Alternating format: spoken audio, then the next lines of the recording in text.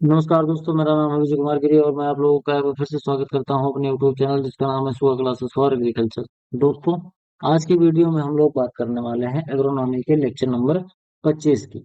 यहाँ पर मैं आप लोगों से 20 क्वेश्चन रोज के तरीके से पूछूंगा।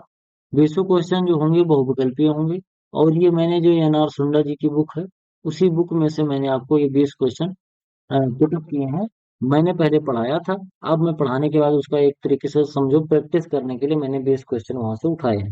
अगर आप लोगों ने वो लेक्चर नहीं देखा हो तो पहले आप लेक्चर देखिए, उसके बाद आप यहाँ पर आके प्रैक्टिस करिए। इस तरीके से आप डिटेल में अच्छे से समझते जाएंगे मैंने कौन कौन सी चीजें कैसे कैसे पढ़ाई है, और उसके साथ साथ यहाँ पर आपको प्रैक्टिस भी अच्छे तरीके से होती रहेगी। चलिए शुरू करते हैं। उससे पहले मैं आप लोगों को बता दूं कि अगर आप लोग बीएससी एग्रीकल्चर कर रहे हो और आप इस समय फर्स्ट सेमेस्टर में हो तो आप ये यहाँ पर जो ये 8 कोर्सेज दिए गए हैं, ये 8 कोर्सेज आप पढ़ रहे होंगे। अगर आप चाहते हैं कि ये 8 कोर्सेज आपको अच्छे से पढ़ने को मिल जाए, आपको इधर उधर कहीं भटकना ना पड़े, तो आपको क्या करना है कि इस क्यूआर कोड को स्कैन करना है और स्कैन करके आपको 500 रुपए का पेमेंट करना है। जब आप 500 रुपए का पेमेंट कर दोगे तो आपको पेमेंट करने के बाद जाना है टेलीग्राम पर, और टेलीग्राम पर जाकर सर्च करना है @विजय कुमार गिरी 945। जैसे लिखा है बिल्कुल आपको एग्जैक्ट इसी तरीके से लिखना है। लिखने के बाद आपको एक कांटेक्ट मिलेगा वहां पर आपको जाके अपना स्क्रीन शॉट सेंड कर देना है जो आपने पेमेंट किया है, और इसके साथ साथ जिस मोबाइल नंबर से आप टेलीग्राम चलाते हो अपना मोबाइल नंबर भी सेंड कर देना है। ये दोनों चीजें आप हमें सेंड कर दोगे तो इसके बाद आपको जो कोर्स है वो मैं आप लोगों को अच्छे तरीके से प्रोवाइड करा दूंगा, जिसमें आपको डिटेल में पढ़ने को मिल जाएगा, आपका फंडामेंटल क्लियर हो जाएगा, जिससे आप बीएससी करते समय जो एग्जाम होता है उसको भी अच्छे से दे पाओगे। और इसके साथ साथ आने वाले फ्यूचर में जब भी आप कंपटीशन के लिए तैयारी करोगे, कम्पिटिटिव एग्रीकल्चर के लिए, तो वहां पर भी आपको ये बहुत ज्यादा मदद करने वाला है। तो चलिए स्टार्ट करते हैं। सबसे पहले देख लेते हैं अपना पहला क्वेश्चन क्या है। What is the annual rainfall range for dry farming. Dry farming होता है एक ड्राई लैंड, एक तो होता है ड्राई फार्मिंग, दूसरा होता है ड्राई लैंड फार्मिंग, और तीसरा होता है रेनफेड फार्मिंग। ये तीनों मैंने आप लोगों को बहुत डिटेल में बताया था कि ड्राई फार्मिंग क्या होता है, ड्राई लैंड फार्मिंग क्या होता है, और रेनफेड फार्मिंग क्या होता है। यहाँ पर मैं क्वेश्चन पूछ रहा हूँ कि अगर ड्राई फार्मिंग है तो वहां पर ये कहाँ पर किया जा सकता है। अगर एनुअल रेनफॉल कितना हो तो हम ड्राई फार्मिंग कर सकते हैं, जैसे लेस देन 750 मिलीमीटर, या फिर 750 से 1150 मिलीमीटर, या मोर देन 1150 मिलीमीटर, या फिर लेस देन 500 मिलीमीटर। इसमें से कौन सा ऑप्शन आपका सही होगा। ये क्या बता रहा है, ये आप लोगों का बता रहा है कि एक साल में अगर इतना पानी बरसेगा तो हमको ड्राई लैंड फार्मिंग करनी चाहिए। तो आपका जो ऑप्शन है, ऑप्शन नंबर आपका ए जो है, लेस देन 750 मिलीमीटर, यानी कि कोई एक ऐसा एरिया है जहां पर साल भर में 750 मिलीमीटर से कम बरसात होती है, तो उस एरिया में आप लोग क्या कर सकते हो, अच्छे तरीके से ड्राई फार्मिंग कर सकते हो। ठीक। अगला क्वेश्चन देख लेते हैं। अगला क्वेश्चन है, in which type of farming is alternate land use system suggested. Alternate land use system suggest किया जाता है जिसको हम बोलते हैं झूमिंग कल्टीवेशन। ये कहाँ पर करा जाता है। अल्टरनेट लैंड यूज सिस्टम ध्यान से समझना। पहले मान लो हमने इस खेत में खेती करी, इसके बाद दूसरे खेत में खेती करी, फिर तीसरे खेत में खेती करी, फिर पहले खेत में करी, फिर दूसरे में करी, फिर तीसरे में करी। इस तरीके से रोटेट करते रहते हैं लैंड को, अल्टरनेट लैंड यूज सिस्टम। ये कहाँ पर किया जाता है, रेनफेड फार्मिंग में किया जाता है, या फिर ड्राई लैंड फार्मिंग में किया जाता है, या ड्राई फार्मिंग में किया जाता है, या फिर टेरेस फार्मिंग में किया जाता है। तो इसमें से जो आपका राइट आंसर है वो है option number C, dry farming. जब ड्राई फार्मिंग हम करते हैं बोले तो जब बहुत ही कम कम पानी में हम खेती करते हैं, तो ये जो अल्टरनेट लैंड यूज सिस्टम है इसको हम यूज करते हैं। अगला क्वेश्चन है, dry land farming is practised in area with annual rainfall between. Dry land जो फार्मिंग होती है ये कहाँ पर करते हैं, कितना एनुअल रेनफॉल एरिया पर करते हैं। बोले तो ड्राई लैंड फार्मिंग कब करेंगे, 500 से 750 मिलीमीटर वार्षिक वर्षा पर, या फिर 1150 से ज्यादा मिलीमीटर वर्षा पर, या फिर 750 से 1150 मिलीमीटर पर, या फिर लेस देन 750 मिलीमीटर पर। कौन सा ऑप्शन इसमें से सही है। तो आपका जो ऑप्शन है, ऑप्शन नंबर सी, 750 से 1150 मिलीमीटर, यानी कि एक ऐसा एरिया जहां पर एक साल में 750 से लेके 1150 मिलीमीटर तक वार्षिक वर्षा होती है, वहां पर हम ड्राई लैंड फार्मिंग आराम से कर सकते हैं। और अगर 750 मिलीमीटर से कम बरसात हो रही है तो क्या करेंगे? इससे कम बरसात हो रही है तो हम उसको क्या बोलते हैं? ड्राई फार्मिंग बोलते हैं। तो ये भी करते हैं। ये क्वेश्चन मैंने आप लोगों को बता दिया। अगला क्वेश्चन क्या है? सॉरी, यहाँ पे मोर देन नहीं हो, ये लेस ऐसे होगा, लेस देन 750 मिलीमीटर। ठीक। अगला क्वेश्चन देखते हैं। अगला क्वेश्चन अपना क्या है? Which type of farming is mainly practiced in humid region? जो हमारा ह्यूमिड रीजन होता है, वहां पर किस तरीके की फार्मिंग करी जाती है? ड्राई फार्मिंग करी जाती है, ड्राई लैंड फार्मिंग करी जाती है, रेनफेड फार्मिंग करी जाती है, मिक्स फार्मिंग करी जाती है। तो इसमें से जो आपका राइट आंसर है वो है रेनफेड फार्मिंग। रेनफेड फार्मिंग कहाँ पर करते हैं? जो ह्यूमिड रीजन होते हैं। ह्यूमिड रीजन अल्टीमेटली हम कह सकते हैं कि जो समुद्री किनारे वाले, जो समुद्र के किनारे वाली जो चीजें हैं, जैसे भारत का जो नीचे वाला भाग है, यहाँ से गुजरात से लेकर और यहाँ उड़ीसा उड़ीसा तक ये वाला जो पूरा भाग होता है, यहाँ पर ह्यूमिड रीजन होता है। तो यहाँ से सटे हुए जो किनारे वाले रीजन है, यहाँ पर हम रेनफेड फार्मिंग कर सकते हैं। कुछ soil type require drainage facilities in dry land farming. जब हम ड्राई लैंड फार्मिंग कर रहे होते हैं, ड्राई लैंड फार्मिंग का क्या मतलब होता है? 750 से 1150 मिलीमीटर बरसात वाले एरिया में अगर हम फार्मिंग कर रहे हैं और हमको ड्रेनेज सिस्टम की जरूरत पड़ रही है, तो कौन सी मिट्टी है? सैंड सॉइल, सैंडी सॉइल, इसमें तो जरूरत पड़ेगी नहीं क्योंकि इसमें तो मिट्टी थोड़ी सूख जाती है। लेटराइट सॉइल, इसमें भी नहीं पड़ सकती। रेड में, इसमें भी नहीं पड़ेगी। बचा क्या हमारा? Black soil. ब्लैक सॉइल क्योंकि इसकी वाटर होल्डिंग कैपेसिटी ज्यादा होती है, तो जब भी हम 750 से लेके 1000 मिलीमीटर, 1050 मिलीमीटर बरसात वाले रीजन में जब हम खेती करते हैं, तो हमको अगर ब्लैक सॉइल है हमारी, तो उसमें हमको ड्रेनेज चैनल बनाना पड़ता है कि अगर बरसात हो, ज्यादा पानी हो जाए तो पानी बह जाए, खेत से निकाल दिया जाए। तो ब्लैक सॉइल में इसको यूज किया जाता है। कुछ factor is crucial for dry land farming. Dry land farming में कौन सा फैक्टर बहुत ही ज्यादा क्रूशियल माना जाता है? High input use, soil moisture conservation, excess irrigation या एक्सेसिव इरिगेशन, या फिर हाइब्रिड सीड। इसमें से कौन सा क्रूशियल फैक्टर होता है ड्राई लैंड फार्मिंग का? तो ड्राई लैंड फार्मिंग का जो क्रूशियल फैक्टर है वो है सॉइल मॉइस्चर कंजर्वेशन। अगर हम ड्राई लैंड फार्मिंग कर रहे हैं तो हमको क्या करना होगा? हमको सॉइल मॉइस्चर कंजर्वेशन वाले मेथड्स अपनाने होंगे, जिससे सॉइल के अंदर जो मॉइस्चर है उसको हम लंबे समय तक रिटेन कर पाए, उसको रोके रख पाए। अगला है, what is the annual rainfall threshold for rainfed farming? Rainfall rainfed farming में एनुअल रेनफॉल कितना होना चाहिए? मोर देन 1150 मिलीमीटर, या फिर 750 से 1100 मिलीमीटर, या फिर 750 से कम मिलीमीटर, या फिर 500 से 1000 मिलीमीटर। रेनफेड फार्मिंग में एवरेज जो एनुअल रेनफॉल है वो कितना होना चाहिए? तो आपका जो ऑप्शन नंबर ए है, 1150। More than 1150 millimetre annual rainfall अगर किसी एरिया में हो रही है, वहां पर हम किस तरीके की फार्मिंग कर सकते हैं? रेनफेड फार्मिंग हम वहां पर कर सकते हैं।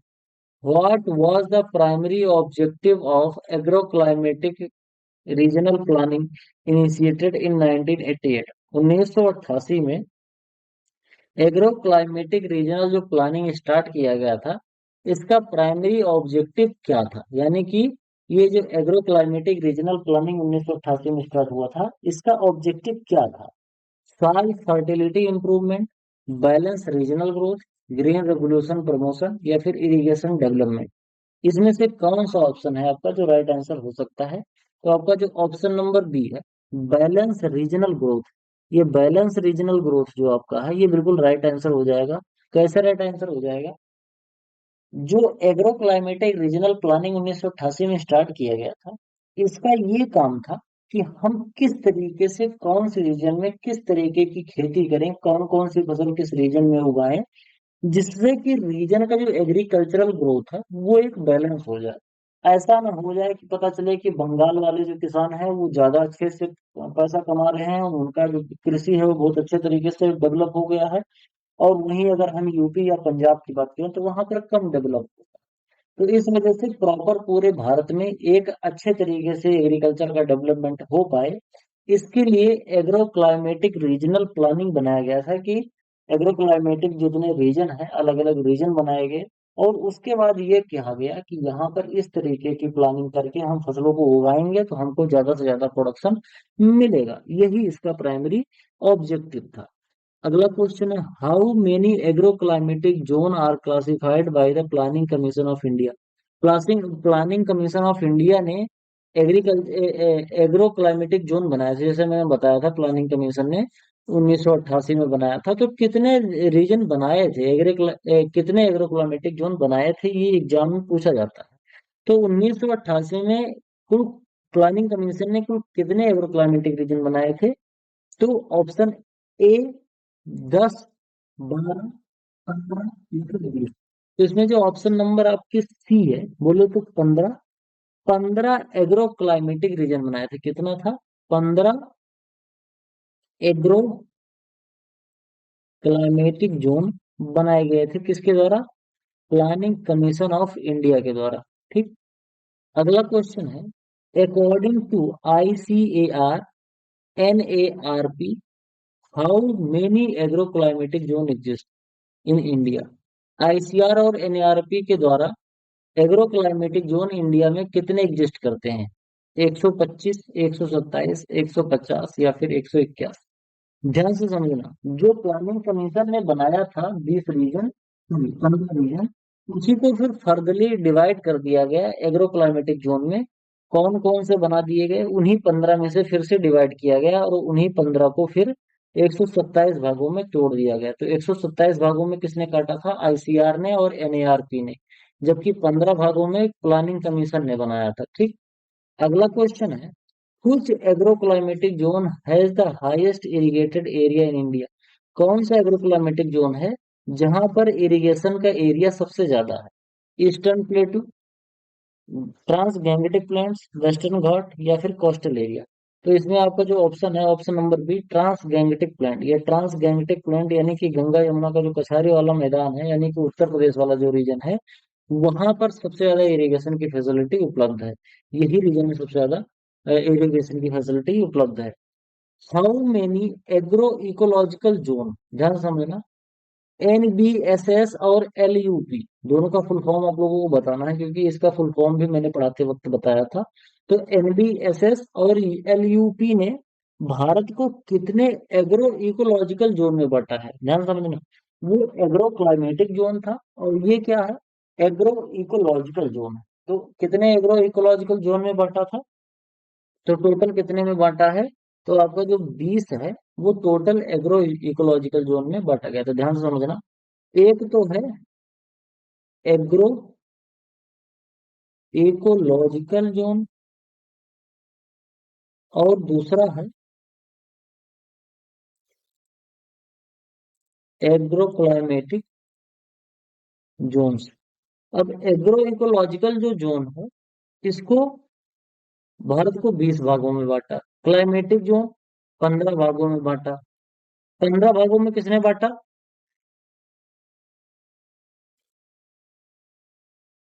प्लानिंग कमीशन ने बांटा। फिर इसी 15 को 127 भागों में किसने बांटा? ICAR ने बांट दिया। और ये 20 में किसने बांटा था? NBSS ने बांटा था। तो आई होप आपको ये पूरा चीज जो है, जो कंफ्यूज कर रहा था, मैंने एक साथ आप लोगों को अच्छे से समझा दिया है। अगला क्वेश्चन है, which of the following is a characteristic features of dryland farming. इनमें से कौन सा एक करेक्टरिस्टिक फीचर है ड्राईलैंड फार्मिंग का? Double cropping system, frequent irrigation, moisture stress during the crop period, and cultivation of high rainfall areas. तो इसमें जो आपका राइट आंसर है वो ऑप्शन नंबर सी है, moisture stress during the crop period. यानी कि जब हम फसल उगाते हैं उस समय मॉइस्चर की कमी होती रहती है फ्रिक्वेंटली। ये कहाँ होता है? जब हम ड्राई लैंड फार्मिंग कर रहे होते हैं। ठीक। अगला क्वेश्चन है, what percentage of normal rainfall define a drought condition. सूखा वाले कंडीशन कब होती है? जब लेस देन 75% बरसात होती है, या मोर देन 90% बरसात होती है, या लेस देन 50% बरसात होती है, या फिर मोर देन 80% बरसात होती है। जैसे मान लो कि कोई एक एरिया है, वहां पर नॉर्मल कंडीशन में 100 मिलीमीटर बरसात होती है। अगर वहां पर इस साल केवल 75 मिलीमीटर बरसात हुई, या फिर उससे कम, मान लो 70 मिलीमीटर बरसात हो गई, तो ये किस में आएगा? ये आएगा ड्रॉट कंडीशन। ठीक, तो आपका जो ऑप्शन नंबर ए है, लेस देन 75%, वो सही हो जाएगा। ध्यान से समझना, बहुत कंफ्यूजन होती है। लेस देन 75% का मतलब अगर 100 मिलीमीटर बरसात हो रही थी, तो 100 की जगह पर कितना हो रहा है? 75 हो रहा है, या उससे कम हो रहा है। ठीक, अगला क्वेश्चन है, what is moisture availability index. Moisture availability index क्या होता है? ये ratio of rainfall probability of 50% to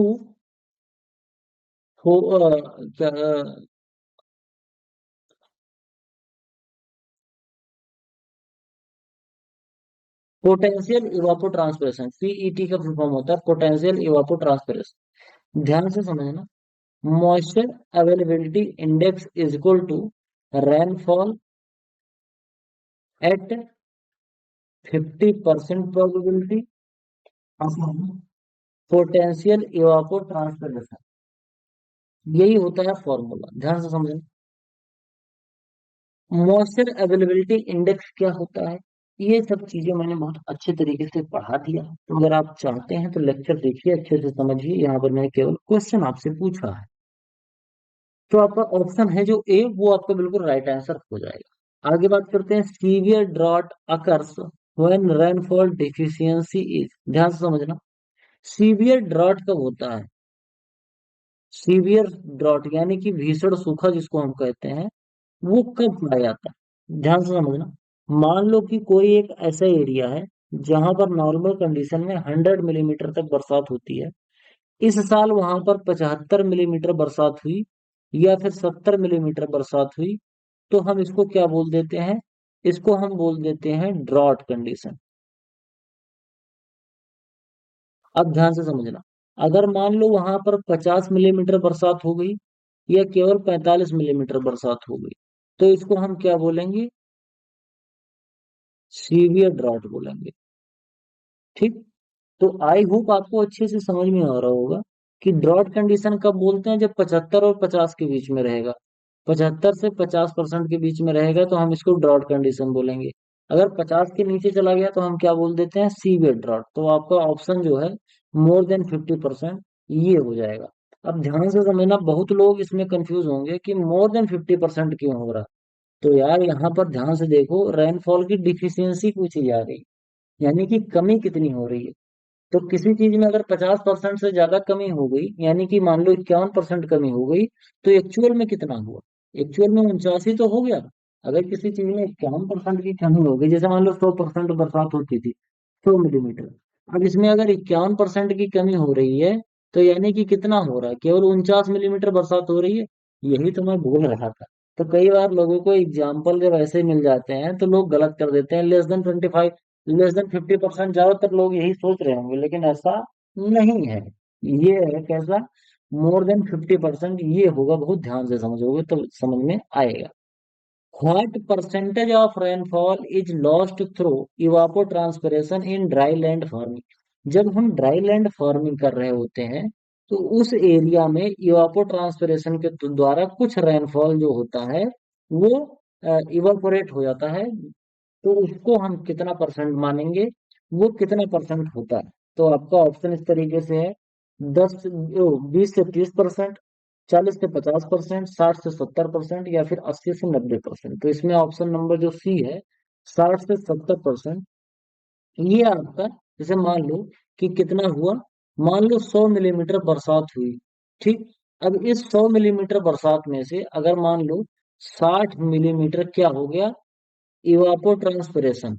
इवापोट्रांसपिरेशन के थ्रू पानी उड़ गया भाप बनकर। इवापोट्रांसपिरेशन दो शब्दों से मिलकर बना है, एक तो इवापोरेशन बना है, और दूसरा है ट्रांसपिरेशन। ये सभी चीजें, इवापोट्रांसपिरेशन क्या है, गटेशन क्या है, और इसके साथ साथ फोटोसिंथेसिस क्या है, मतलब ये सभी जितने भी ढेर सारी टर्मिनोलॉजीज हैं जो कि आपकी क्रॉप फिजियोलॉजी या प्लांट फिजियोलॉजी से रिलेटेड है, इन सभी चीजों को मैंने बहुत अच्छे तरीके से पढ़ाया है फंडामेंटल्स ऑफ प्लांट फिजियोलॉजी या एलिमेंट्री प्लांट फिजियोलॉजी। तो उसमें मैंने बहुत अच्छे तरीके से पढ़ाया, जो फर्स्ट सेमेस्टर का कोर्स है। तो अगर आप चाहते हो तो वहां से आप देख के अच्छे से इसको पढ़ सकते हो।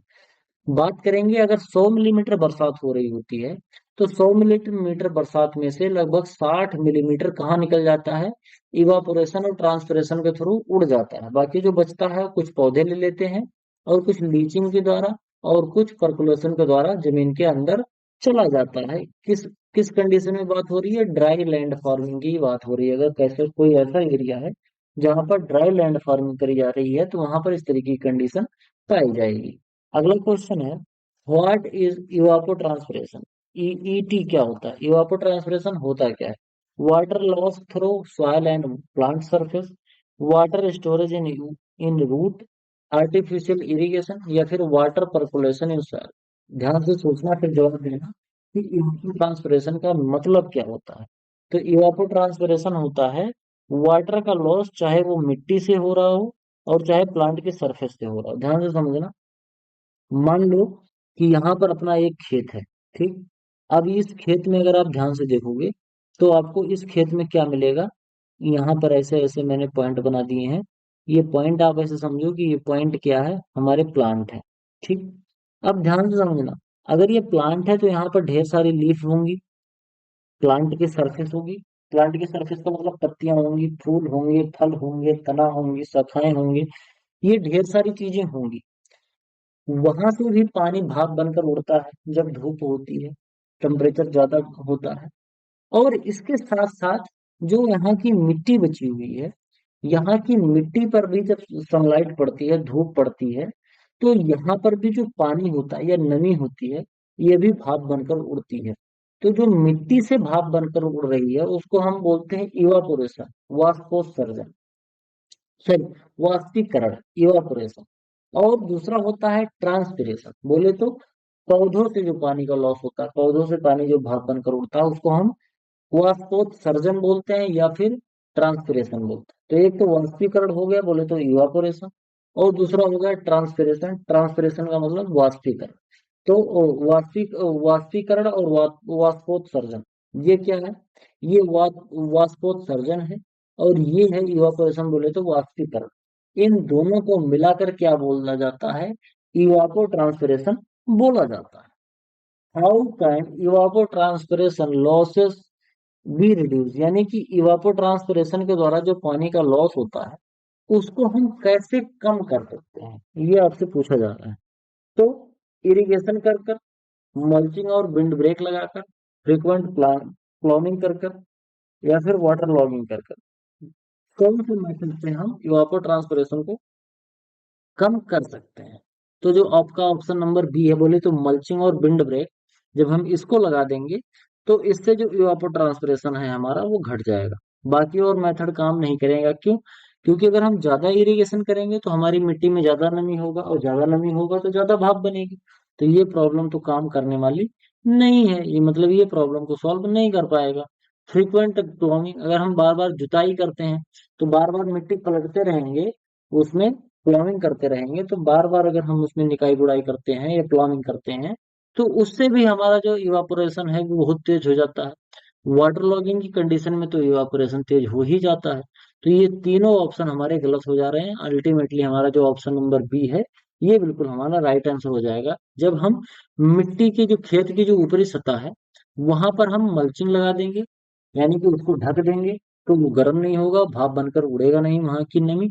और विंड ब्रेक लगा देंगे, तो जिससे जो हवा बहुत तेज चलती है, हवा बहुत तेज चलने की वजह से जो इवापोरेशन या ट्रांसपिरेशन होता है, तो वो चीजें भी नहीं हो पाएंगे। अगला है, what is the purpose of anti transparent. Anti transparent क्या होता है? जो भी ऐसे मटेरियल जो ट्रांसपिरेशन को रोकते हैं उनको हम एंटी ट्रांसपेरेंट्स बोलते हैं। ध्यान से समझना। Increase evaporation, reduce transpiration loss, increase irrigation need, या फिर इंप्रूव रूट रेस्पिरेशन। तो इसमें आपका ऑप्शन बिल्कुल बी हो जाएगा। मैंने पढ़ाते समय पूछते समय ही बोल दिया था कि ट्रांसपरेशन को रिड्यूस करने के लिए एंटी ट्रांसपेरेंट का यूज किया जाता है। अगला क्वेश्चन अपना क्या है? अगला क्वेश्चन है, अगला क्वेश्चन कुछ नहीं है, 20 क्वेश्चन आपके कंप्लीट हुए। आई होप आपको 20 क्वेश्चन अच्छे से समझ में आया होगा। मेरा एफर्ट आपको अच्छा लग रहा हो तो आप हमें फाइनेंशियली जरूर सपोर्ट करिए, जितना भी आप सपोर्ट कर सकते हैं इस क्यूआर कोड को स्कैन करके। इसके साथ साथ वीडियो पसंद आई हो तो वीडियो को लाइक करें। आपके जो भी सुझाव हैं कमेंट बॉक्स में जरूर लिखें। चैनल पर पहली बार आए हैं, अगर आपने चैनल को सब्सक्राइब नहीं किया है तो चैनल को सब्सक्राइब जरूर करें। अपने दोस्तों के साथ चैनल को शेयर करें। मिलते हैं किसी दूसरी वीडियो में, तब तक के लिए इजाजत दीजिए। धन्यवाद।